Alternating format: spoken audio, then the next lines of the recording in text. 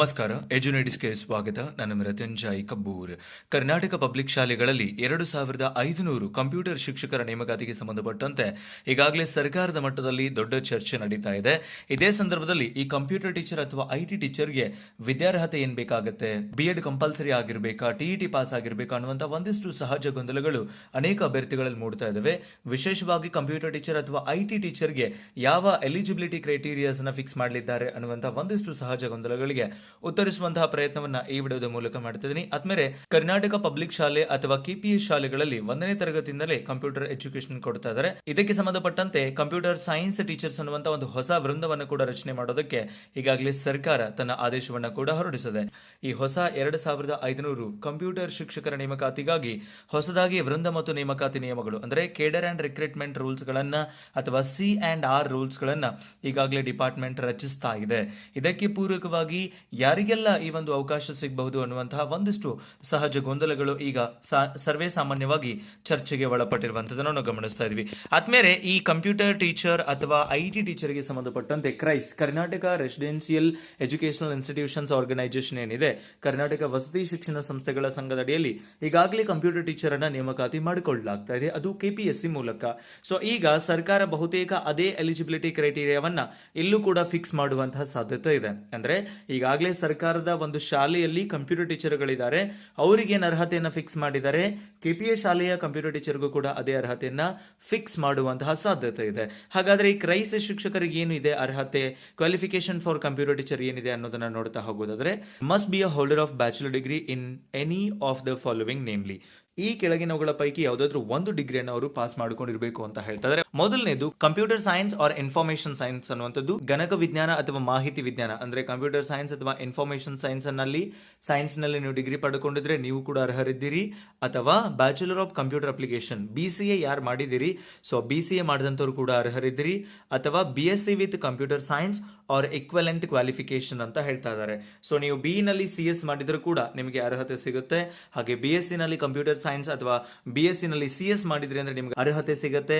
ಹಾಗೆ BCA ಮಾಡಿದ್ರು ಕೂಡ ನಿಮಗೆ ಅವಕಾಶ ಸಿಗುತ್ತೆ ಅನ್ನೋದು ಬಹಳ ಸ್ಪಷ್ಟವಾಗಿ ಗೊತ್ತಿರಬೇಕು. ಬಹಳ ಸ್ಪಷ್ಟವಾಗಿ ಗಮನಿಸಿ, ನೀವು BE ನಲ್ಲಿ CS ಮಾಡಿದ್ರಿ ಅಂತಾಗ್ಲಿ ಅಥವಾ BE ನಲ್ಲಿ ಇನ್ಫಾರ್ಮೇಶನ್ ಸೈನ್ಸ್ ಮಾಡಿದ್ರೆ ನಿಮ್ಗೆ ಅವಕಾಶ ಸಿಗುತ್ತೆ. ಅಥವಾ BCA ಮಾಡಿದ್ರು ಕೂಡ ಅವಕಾಶ ಸಿಗುತ್ತೆ. BSc ನಲ್ಲಿ CS ಮಾಡಿದ್ರು ಕೂಡ ನಿಮಗೆ ಅವಕಾಶ ಸಿಗುತ್ತೆ. ಅಥವಾ ನೀವು computer science or information science ಗೆ ಸಂಬಂಧಪಟ್ಟಂತ ಇತರೆ ಇಕ್ವಲೆಂಟ್ ಯಾವುದಾದ್ರೂ ಡಿಗ್ರಿ ಅಥವಾ ಕ್ವಾಲಿಫಿಕೇಶನ್ ಮಾಡಿದ್ರು ಅಂದ್ರೂ ಕೂಡ ನಿಮಗೆ ಅವಕಾಶ ಸಿಗುತ್ತೆ.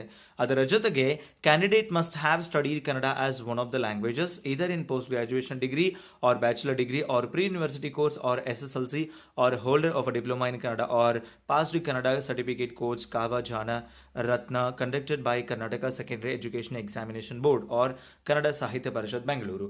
ಅಥವಾ ಅದರ ಜೊತೆಗೆ ನೀವು ನಿಮ್ದು BCA ಅಥವಾ BNCS ಅಥವಾ BSc CS ಮಾಡಿದ್ರು ಕೂಡ ಇವುಗಳ ಜೊತೆಗೆ ನೀವು ಕನ್ನಡ ಒಂದು ಭಾಷೆಯನ್ನಾಗಿ ಓದಿರಬೇಕು. SSLC ನಲ್ಲಾದ್ರೂ ಓದಿರಿ, PUC ನಲ್ಲಾದ್ರೂ ಓದಿರಿ, ಡಿಗ್ರಿನಲ್ಲಾದ್ರೂ ಓದಿರಿ, ಅಥವಾ ನೀವು ಅದರ ಮೇಲೆ ಡಿಪ್ಲೊಮಾ ಮಾಡಿದ್ರೂ ಕೂಡ ಪರವಾಗಿಲ್ಲ. ಒಟ್ಟು ನೀವು ಕನ್ನಡವನ್ನು ಒಂದು ಭಾಷೆಯನ್ನಾಗಿ ಓದುವುದರ ಜೊತೆಗೆ ಈ ಕೆಳಗಿನವುಗಳ ಪೈಕಿ ಯಾವುದಾದ್ರೂ ಒಂದು ಡಿಗ್ರಿಯನ್ನ ಕಂಪ್ಯೂಟರ್ ಸೈನ್ಸ್ ನಲ್ಲಿ ಅಥವಾ ಈ ಕಂಪ್ಯೂಟರ್ ವಿಷಯಕ್ಕೆ ಸಂಬಂಧಪಟ್ಟಂತೆ ನೀವು ಪೂರ್ಣಗೊಳಿಸಿಕೊಂಡಿದ್ರಿ ಅಂತಂದ್ರೆ ನಿಮ್ಮನ್ನ ಈ ಐಟಿ ಟೀಚರ್ ನೇಮಕಾತಿಗೆ ಪರಿಗಣಿಸುವ ಸಾಧ್ಯತೆ ಇದೆ. ಆದರೆ ಬಹಳ ಸ್ಪಷ್ಟವಾಗಿ ಗಮನಿಸಿ, ಇದು ಹಳೆಯ C&R ರೂಲ್ಸ್ ಮತ್ತು ಈ ಹಳೆಯ ವೃಂದ ಮತ್ತು ನೇಮಕಾತಿ ನಿಯಮಗಳು. ಇದನ್ನೇ ಯಥಾವತ್ತಾಗಿ ಈ ವರ್ಷ ಮುಂದುವರೆಸಬಹುದು ಅಥವಾ ಇದರಲ್ಲಿ ಬದಲಾವಣೆಗಳನ್ನು ಕೂಡ ಮಾಡಬಹುದು. ಅಂದ್ರೆ ಹೊಸದಾಗಿ KPSಗೆ ಶಿಕ್ಷಕರನ್ನ ನೇಮಕಾತಿ ಮಾಡಿಕೊಳ್ತಾ ಇರೋದ್ರಿಂದ BCAದವರಿಗೆ, ಕಂಪ್ಯೂಟರ್ CS ಮಾಡಿದವರಿಗೆ ಅಥವಾ BSc ನಲ್ಲಿ CS ಮಾಡಿದವರಿಗೆ, BE ನಲ್ಲಿ CS ಮಾಡಿದವರಿಗೆ ಖಂಡಿತವಾಗಿಯೂ ನಿಮಗೆ ಅವಕಾಶ ಸಿಕ್ಕೇ ಸಿಗುತ್ತೆ, ನಥಿಂಗ್ ಟು ವರಿ. ಆದ್ರೆ ಅಪ್ಡೇಟ್ ಆಗಿ TET ಕಂಪಲ್ಸರಿನ ಅಂತ ತುಂಬಾ ಜನ ಕೇಳ್ತಾ ಇದ್ದಾರೆ. TET ಕಂಪಲ್ಸರಿ ಮಾಡುವಂತಹ ಪ್ರಮೇಯ ಸರ್ಕಾರದ ಮುಂದೆ ಇದ್ದಂತಿಲ್ಲ.